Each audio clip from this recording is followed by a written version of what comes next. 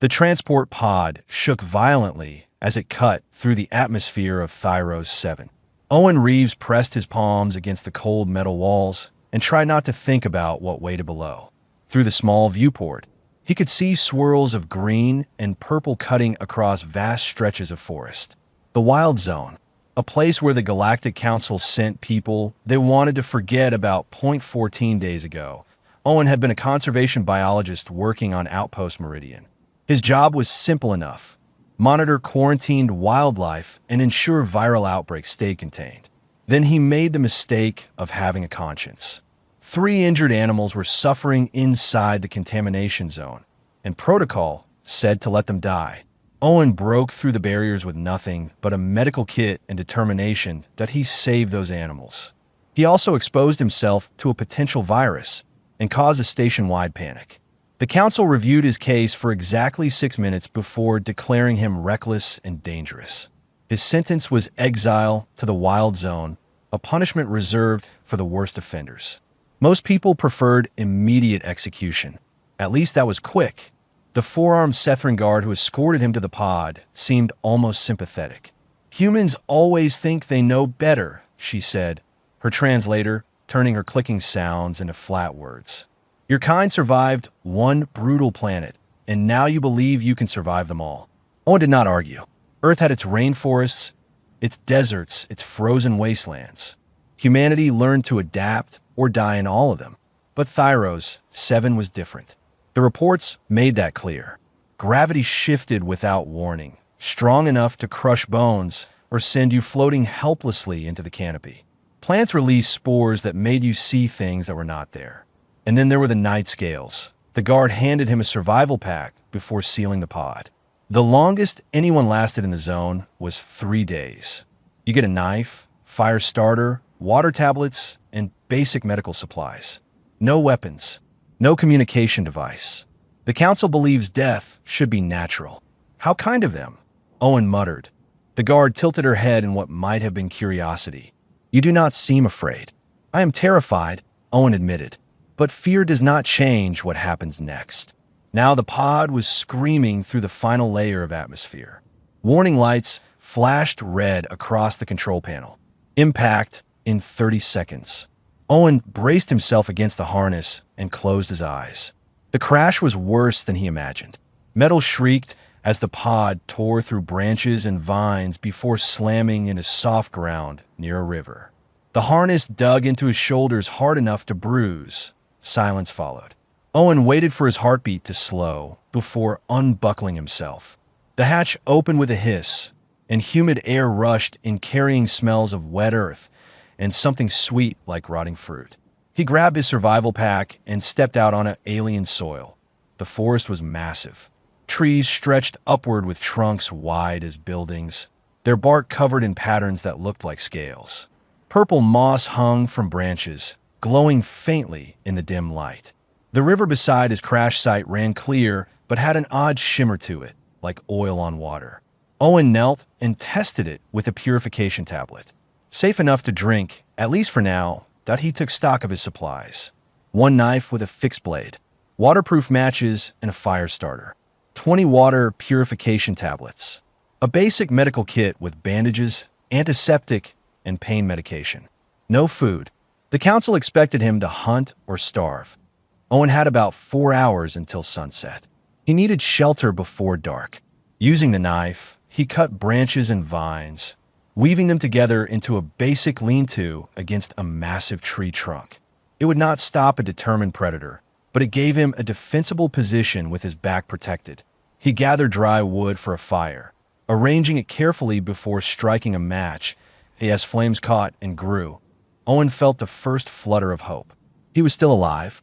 That was more than the council expected. The forest around him was quiet. Too quiet. No bird calls. No insect buzzing.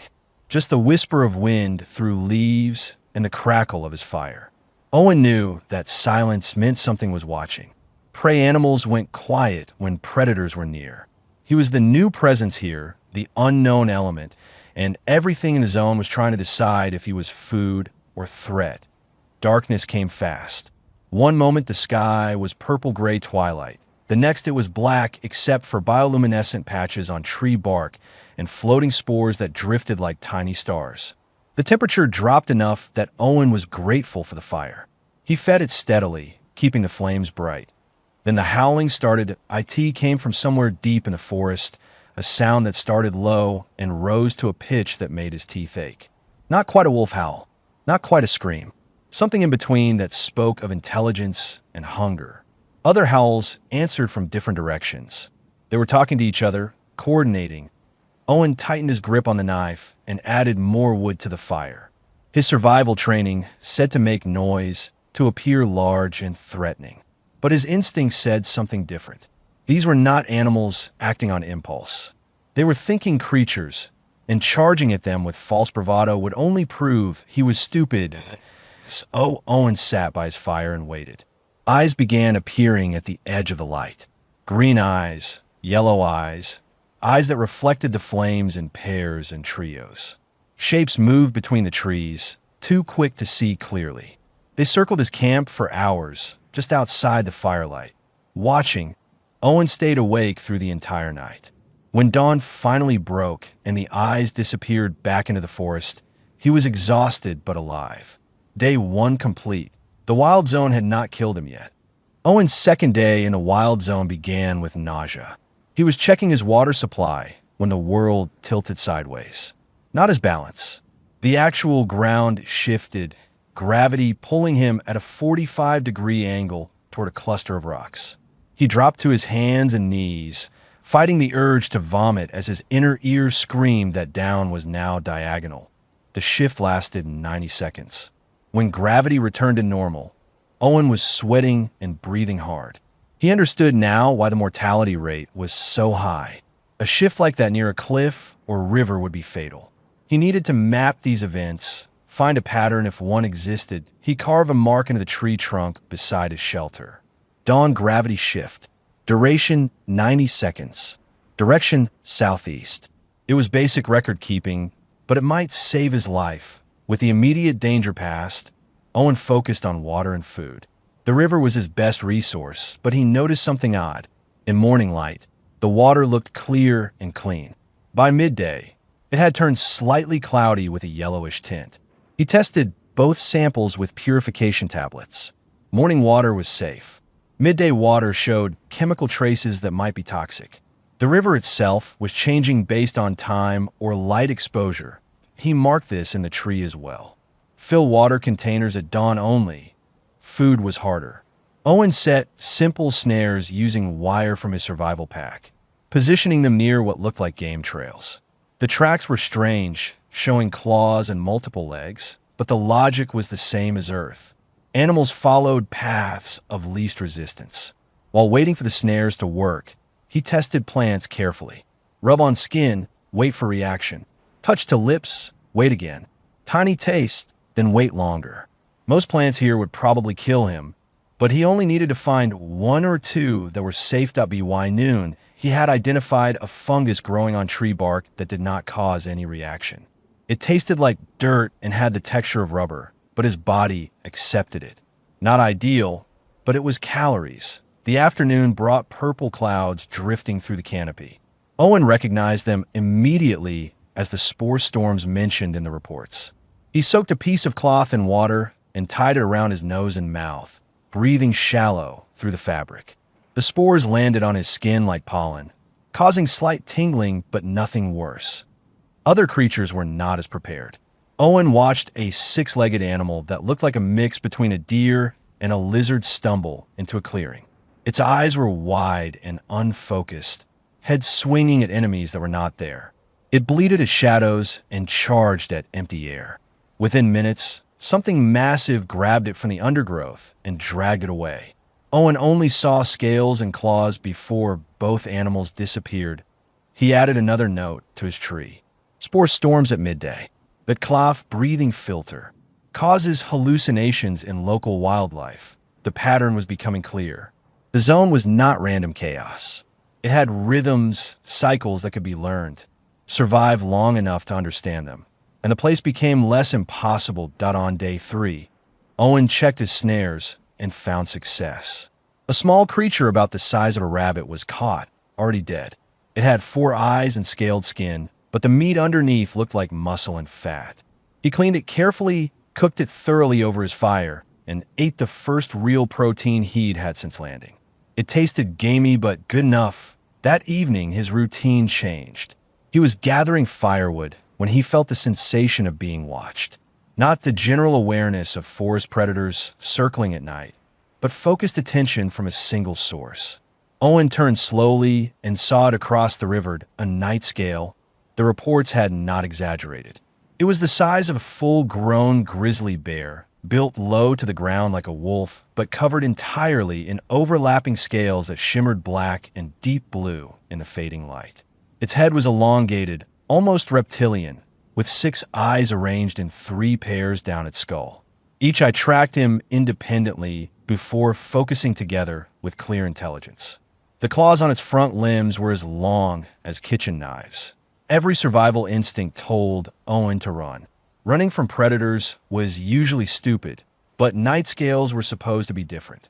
They hunted anything warm-blooded and never stopped until their prey was dead. The longest recorded encounter was 40 seconds before the victim was torn apart. But the night scale was not attacking. It was sitting on its haunches across the river, watching him with the patience of something that did not need to rush. This was not hunger. This was curiosity. Owen made a decision that went against everything logical. He sat down on the ground, cross-legged, making himself smaller and less threatening. He kept his hands visible and empty. He did not stare directly at the creature, but watched it from his peripheral vision, the way you might regard a nervous dog. They stayed like that for over an hour. The night scale watching Owen. Owen watching the night scale. Neither moving, neither threatening. The sun set behind them, painting the sky in orange and purple streaks.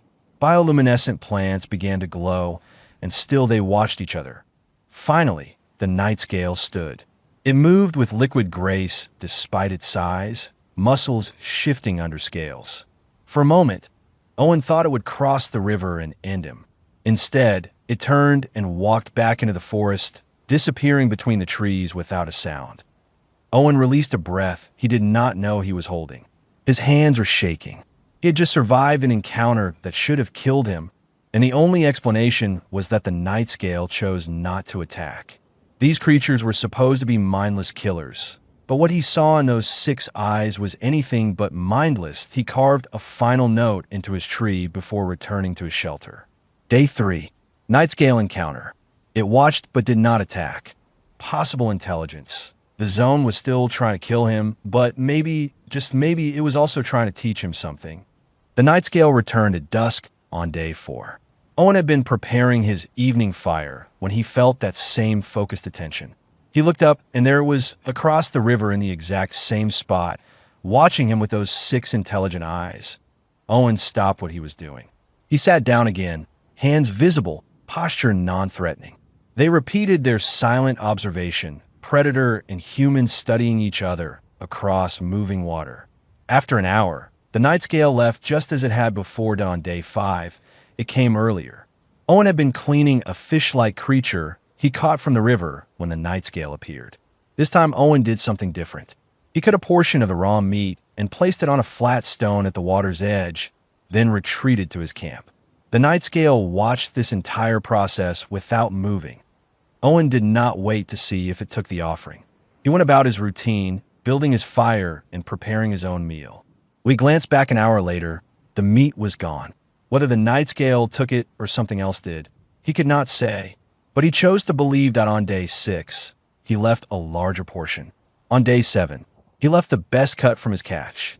Each time he retreated, each time the meat disappeared. They were building something, a pattern of exchange that felt almost like conversation. I'm not a threat. I offer food. I respect your space. By day 10. Owen's survival in the zone had shifted from desperate scrambling to methodical routine. He knew when gravity would shift and braced himself accordingly.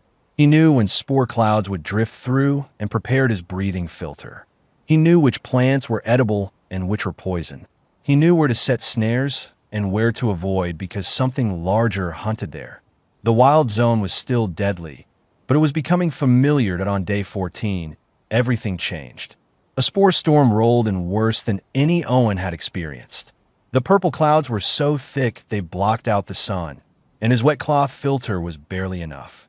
His eyes watered, his skin burned where the spores touched, and his head started to feel light and disconnected. Owen stumbled toward the cave system he had discovered 2 days earlier. It was crude shelter, but better than open air. He made it inside, just as his vision started to blur at the edges. Hallucinations were setting in despite his precautions. He saw his family back on Earth, his colleagues at Outpost Meridian, all waving at him from the cave walls. Then he heard growling from deeper in the cave. Real growling. Not a hallucination that a creature emerged from the darkness. It was built like a badger but scaled like a reptile, with too many teeth and claws that scraped stone. Its eyes were wild and unfocused. The spores had gotten to it first, and now it was attacking anything that moved. Owen pulled his knife, but his hands were shaking from the spore exposure. The creature lunged, and he barely dodged, feeling claws rake across his side. Pain cleared his head for a moment. He slashed with the knife and connected, but the wound only enraged the creature further. They circled each other in the dim cave light. Owen was bleeding, vision swimming, fighting an opponent that felt no pain and operated on pure aggression. This was how he would die, not from starvation or gravity shifts or even night scales. From a rabid cave dweller, while poisoned by spores, the creature lunged again. Owen raised his knife to meet it. The night scale hit the creature like a rock slide. Owen barely processed what happened. One moment he was facing his death. The next there was a blur of black and blue scales, the sound of bones breaking, and the cave creature's growling cut off into silence. The night scale stood over the broken body, 6 eyes glowing faintly in the darkness. Then it turned to Owen. He was pressed against the cave wall, clutching his bleeding side, completely defenseless. The night scale could kill him as easily as it killed the cave creature. Instead, it moved closer, each step deliberate and careful. Its breath smelled like copper and meat. It leaned in, sniffing the wound on Owen's side. Owen was too weak and too poisoned to run. He just waited for whatever came next. The night scale made a sound, not a growl, but something softer, almost questioning. Then it did something that defied everything the Galactic Council believed about these creatures. It lay down beside Owen.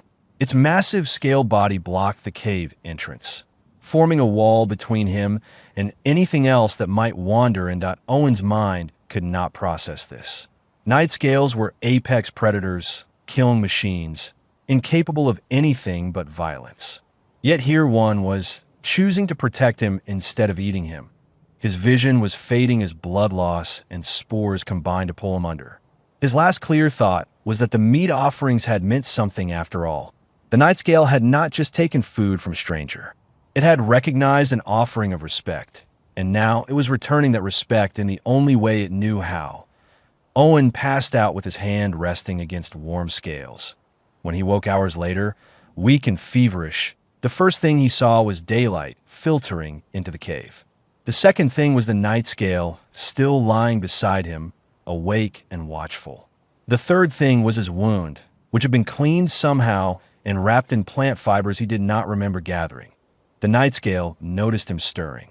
It stood, stretched like a cat, and made that soft questioning sound again. Then it walked to the cave entrance and looked back at Owen as if to say, "Are you coming?" Owen forced himself to stand, legs shaking, side burning with pain. He followed the night scale out into daylight and saw a fresh kill lying near his camp. Food. The creature had hunted for him. Owen sat down heavily, overwhelmed by the impossibility of what was happening. The wild zone had sent its deadliest predator to meet him, and somehow, against all logic and all understanding, they had chosen each other. Recovery took 5 days. Owen spent most of that time in the cave, treating his wound and regaining strength. The night scale stayed close, leaving only to hunt and returning with fresh kills. Owen began calling it Shadow, not because he thought it understood names, but because he needed something to call his unlikely companion. Shadow did not behave like a pet or servant. It moved with absolute independence, coming and going as it pleased. but it always returned, and it always checked on Owen with those intelligent six-eyed stares. They were not master and animal. They were something else entirely. On the sixth day, Owen felt strong enough to move around. Shadow watched him test his balance and seemed to approve when he managed to walk without stumbling. Together, they returned to Owen's original camp by the river. The lean-to shelter was still standing, and his carved notes on the tree trunk remained unchanged. Owen added a new note. Day 19. Bonded with Nightscale. Name Shadow. Partnership. That evening, they shared a meal. Owen cooked his portion over fire while Shadow ate raw meat from its kill. They sat on opposite sides of the flames, and Owen realized how strange this would look to anyone from the Galactic Council.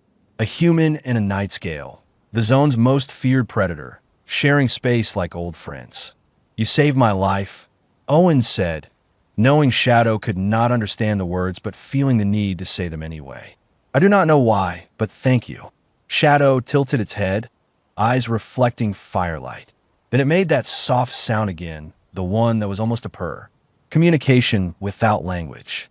Understanding without words. Over the following weeks, they developed a routine. Owen would rise at dawn, check his water and food supplies, and tend the fire. Shadow would disappear into the forest to hunt, sometimes for hours, sometimes for a full day. But it always came back. They began exploring together. Shadow led Owen to parts of the zone he would never have found on his own. A grove where fruit grew that was safe to eat and tasted like sweet citrus. A spring where water bubbled up clean and cold at all times of day. A network of caves that stayed stable even during gravity shifts. Owen documented everything in carvings and scratches on trees. He was building a map of the zone, a guide to survival that would have been impossible without Shadow's knowledge. The Nightscale knew this place like Owen knew Earth's forests. It understood the patterns, the dangers, the safe routes that, in return, Owen shared fire and cooked food. Shadow seemed fascinated by flames, watching them for long periods with unblinking focus. One night, Owen cooked a piece of meat and offered it to Shadow on a flat stone. The Nightscale sniffed it, considered, then ate. Its eyes widened slightly, and it made a pleased rumbling sound. After that, Shadow would occasionally bring portions of its kills to Owen for cooking. Not all the time, and not with any sense of dependence. Just sometimes, as if it wanted to try this new way of eating that its human companion preferred. They also began hunting together. Owen would track prey using signs and trails, moving quietly through undergrowth. Shadow would circle around, using its natural stealth to get into position. When Owen gave a signal, a sharp whistle, Shadow would drive the prey toward him. Owen would set snares or use his knife. The partnership was efficient and effective. Other creatures in the zone learned to avoid them. Owen noticed that predators no longer circled his camp at night. The eyes in the darkness stayed further away. Shadow's presence was a warning to everything else. This human was claimed, protected, part of a pack. One evening, as they rested near the river, Shadow did something unexpected. It approached Owen and pressed its massive head against his leg. Not roughly, but with clear intention. Owen froze, unsure what this meant. Then he realized Shadow wanted touch, wanted physical contact as proof of their bond. Slowly, carefully, Owen rested his hand on Shadow's scaled head. The creature rumbled deep in its chest, a sound of contentment. They stayed like that until the stars came out, human and Nightscale, connected by something the galaxy had never imagined possible. By day 40, Owen had changed. His body was lean and hard, muscles built from constant movement and survival. His senses were sharper, able to detect gravity shifts seconds before they happened, to smell spore storms on the wind, to hear the different calls of various predators. He moved through the zone with confidence, no longer a stumbling exile, but something that belonged here. Shadow had changed too, or perhaps Owen simply understood it better. The Nightscale was not a mindless killer. It was curious and intelligent, capable of planning and communication. It had a sense of humor, sometimes bringing Owen strange objects like colorful stones or odd plants, as if testing whether he would react. It had preferences and moods. Some days it wanted company. Other days it wanted solitude. They respected each other's boundaries. Owen never tried to command Shadow, and Shadow never demanded obedience from Owen. They were partners by choice, remaining together because they wanted to, not because they had a point one night during a particularly violent gravity shift that sent loose objects flying. Shadow moved close to Owen and used its body to shield him from tumbling rocks. When the shift ended, Owen was bruised but unbroken. He looked at Shadow and saw something in those 6 eyes that he recognized because he felt it too. Trust.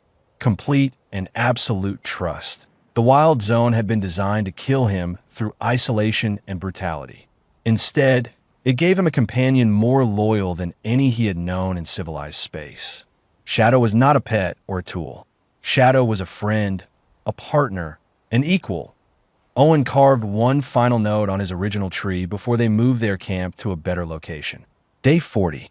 The zone did not break me. It made me whole. Together, they walked deeper into the forest, 2 apex predators moving as one, no longer fighting the wild zone, but living within it. 3 months into exile, Owen and Shadow had carved out a territory spanning roughly 50 square kilometers. They knew every cave system, every water source, every dangerous area to avoid. Owen had survived 4 major spore storms, countless predator encounters, and gravity shifts that would have killed him in his first week. He was no longer the man the council had exiled. That person was gone, replaced by something harder and more aware. Then the drones arrived. Owen spotted them first, small metallic shapes hovering at canopy level, moving in coordinated search patterns. Military-grade observation drones, the kind the council used for reconnaissance. They were scanning the forest, recording everything, and Owen knew exactly what they were looking for. Confirmation that he was dead, so they could close his file and forget about him. Shadow noticed the drones too. It growled low, hackles raised, scales bristling. The night scale recognized threat even in unfamiliar forms. Owen placed a calming hand on Shadow's shoulder. Easy. They cannot hurt us from up there. They're just watching. But Owen knew what came next. If the drones reported him alive after 3 months, the council would want answers. They would send people to investigate, and those people would be armed and dangerous. Thought he was right. 1 week later, a drop pod screamed through the atmosphere and crashed into a clearing 2 kilometers from Owen's camp. He and Shadow watched from high ground as 6 figures emerged wearing protective environmental suits and carrying weapons that could level half the forest. The team consisted of a mix of species. 2 Sethran guards with 4 arms each, gripping rifles designed to stop charging predators. A Hallan scientist carrying scanning equipment. 3 support crew managing supplies and communication gear. They moved with the confidence of people who believe technology made them superior to their environment. Owen recognized the arrogance immediately. They were treating the zone like an obstacle to overcome rather than an ecosystem to respect. Their landing had destroyed valuable plants. Their equipment was loud enough to disturb every creature within a kilometer. They set up camp in a low area that would flood during the next rain cycle. They will be dead in 3 days, Owen muttered. Shadow made a questioning sound. It wanted to leave, to avoid these intruders entirely. Owen understood the impulse. They had a good life here, balanced and sustainable. These outsiders only brought danger, but Owen thought about something else. If this team died, the council would send more. Eventually, they would send enough firepower to sterilize sections of the zone, destroying everything Owen and Shadow had come to value. The only way to protect this place was to teach these people how to survive it. Shadow clearly disagreed. It paced at the ridge line, agitated and tense. Owen had never seen it this disturbed. I know, Owen said softly, but if we do nothing, they will destroy everything. We have to try. Shadow stared at him with 6 eyes that communicated clear skepticism. Then, with obvious reluctance, it settled into a watchful crouch. Not agreeing, but not abandoning Owen either. That night, Owen observed the camp from the shadows. The scientist was the interesting one. She moved away from the group regularly, studying tracks and plant samples with genuine curiosity. She argued with the guards about their aggressive approach. suggesting that the zone might be understandable rather than just dangerous. Her name, according to the translator clips on her suit, was Dr. Hallis. The head guard was less promising. He barked orders and treated the environment like an enemy. He wanted to complete their survey and leave as quickly as possible. Owen heard him tell the others that any sign of the human exile would be reported, and if the human was dangerous or zone-touched, they had permission to eliminate the threat. Owen waited until dawn. He approached their camp slowly, hands visible and empty, moving with the careful confidence of someone who belonged in the zone. His appearance must have been shocking. Tan skin, scarred from various injuries, wearing clothes made from woven plant fiber and treated animal hides. His hair was longer, tied back with vine cord. He looked more like a forest creature than a council biologist. The guards nearly shot him. Rifles came up fast, targeting his chest. Owen stopped walking, but kept his hands visible. "My name is Owen Reeves," he said in Galactic Common, his voice rougher than it used to be. "I was exiled here 3 months ago. I'm offering to guide you safely through the zone in exchange for your agreement to leave it intact when you leave." Dr. Hallis pushed forward, ignoring the guards' protests. Her face behind the helmet visor showed pure excitement. "You survived? How?" "I learned the patterns," Owen said simply. "The zone is not random chaos. It has rules, rhythms. Respect them, and you can survive. Ignore them, and you will die, probably within a week." The head guard, who introduced himself as Commander Drell, studied Owen with suspicion. "Why help us?" "Because if you die here, the Council will send more people.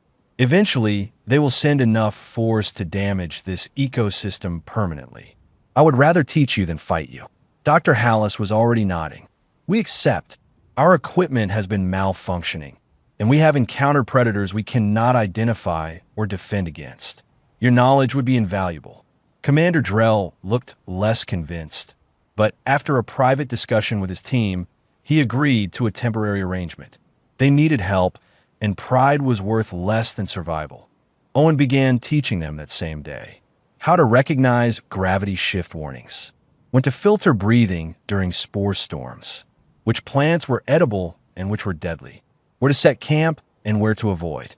The team absorbed the information with varying degrees of belief that Dr. Hallis was fascinated. The guards were skeptical. The support crew just wanted to survive. What none of them knew yet was that Shadow was watching from the forest, waiting to see if these intruders deserved the mercy Owen was offering. For 3 days, Owen guided the research team through the zone. He showed them how to read the signs that predicted gravity shifts, the subtle changes in air pressure and animal behavior that gave 30 seconds of warning. He taught them to recognize safe water versus contaminated water by color and smell. He explained the spore storm cycles and demonstrated the wet cloth breathing technique that prevented hallucinations. Dr. Hallis documented everything with barely contained excitement. She asked endless questions about plant life, predator behavior, and how Owen had survived so long. The guards remained wary, but admitted privately that the humans' knowledge had already saved them twice from situations that would have been fatal. Commander Drell still suspected Owen was hiding something, but he could not argue with results. The team was healthier and safer than they had been since landing. On the 4th day, everything changed. They were moving through a dense section of forest when Owen heard the familiar clicking sounds of scaleback hunters. He recognized them immediately, a pack of mid-level predators that hunted in groups of 5 to 7. Dangerous, but manageable if you knew how to respond. The team did not know how to respond. They saw movement in the undergrowth and panicked. Commander Drell shouted orders to form a defensive circle. Guards raised their rifles. The support crew screamed. Their fear sent waves of scent into the air, marking them as prey. The predators moved closer, emboldened by the panic. Owen could see at least 6 of them now, circling with coordinated precision. In seconds, this would become a bloodbath. "Lower your weapons," Owen said firmly. "Stand still and be quiet." "Are you insane?" Commander Drell hissed. "We need to defend ourselves. You need to listen to me, or you will all die." Before anyone could argue further, Shadow emerged from the tree line. The reaction was immediate and primal. Dr. Hallis gasped. The support crew scrambled backward. Commander Drell and his guards swung their rifles toward the night scale, fingers on triggers, ready to fire at the creature from their worst nightmares. "Do not shoot," Owen said, his voice cutting through the panic like a blade. He walked calmly to Shadow's side and rested his hand on the night scale's shoulder. The silence that followed was absolute. 6 intelligent eyes swept across the research team, evaluating each member. The smaller predators that had been circling vanished into the forest immediately. The hierarchy was clear. A night scale claimed this territory, and everything else knew to retreat. Owen turned to face the team. "This is Shadow. We have been partners for 3 months. Shadow is not going to hurt you unless you give it a reason to." Dr. Hallis found her voice first. "That is impossible. Night scales are documented as exclusively aggressive. They attack anything warm-blooded on sight. There are no exceptions in the records. The records were written by people who came to the zone with weapons and fear," Owen replied. "They treated night scales as mindless killers, so that is what they received. I came with respect and patience." Shadow responded in kind. He explained the gradual process of their bond. The watching across the river, the offering of food, the mutual protection during the spore storm, the slow building of trust through actions rather than words. Dr. Hallis listened with the intensity of someone watching their entire understanding of xenobiology rewrite itself in real time. "This changes everything," she whispered. "If night scales are capable of partnership and communication, then the entire classification of this zone as an execution ground is wrong. This is not a killing field. This is a complex ecosystem with intelligent apex predators." Commander Drell lowered his rifle slowly. He looked at Owen with something approaching respect. "You bonded with the zone's deadliest predator. You did not just survive here. You thrived. The zone was never trying to kill me," Owen said. "It was testing me, seeing if I could adapt, if I could learn, if I deserved to be here. Earth prepared humanity for places like this. We evolved on a planet that tried to kill us every single day, and we learned to work with it instead of against it. That is what I did here." Over the next 2 days, the team witnessed the full extent of Owen and Shadow's partnership. They watched the two hunt together, communicating through gestures and sounds. They saw Shadow bring food and Owen shares fire. They observed the careful respect each showed the other, the lack of dominance or submission, just mutual cooperation between equals. Dr. Hallis recorded everything. She asked permission to take samples and measurements, which Owen granted only after Shadow examined her equipment and seemed satisfied it was not a weapon. The night scale was protective, but not unreasonably so. When the extraction ship arrived to take the team home, they offered Owen a place on board. Commander Drell even suggested the council might pardon him given what he had accomplished. Owen refused without hesitation. "This is my home now," he said, standing beside Shadow in the clearing where the ship had landed. "The council sent me here to die, and in a way I did. The person they exiled is gone. What remains belongs to the zone." Dr. Hallis stepped forward and placed a hand on his shoulder. "I will make sure they understand what you have done here. I will push to have the zone reclassified as protected territory. No more executions. No more destruction. That is all I ask." The team boarded their ship and lifted away, leaving Owen and Shadow alone once more.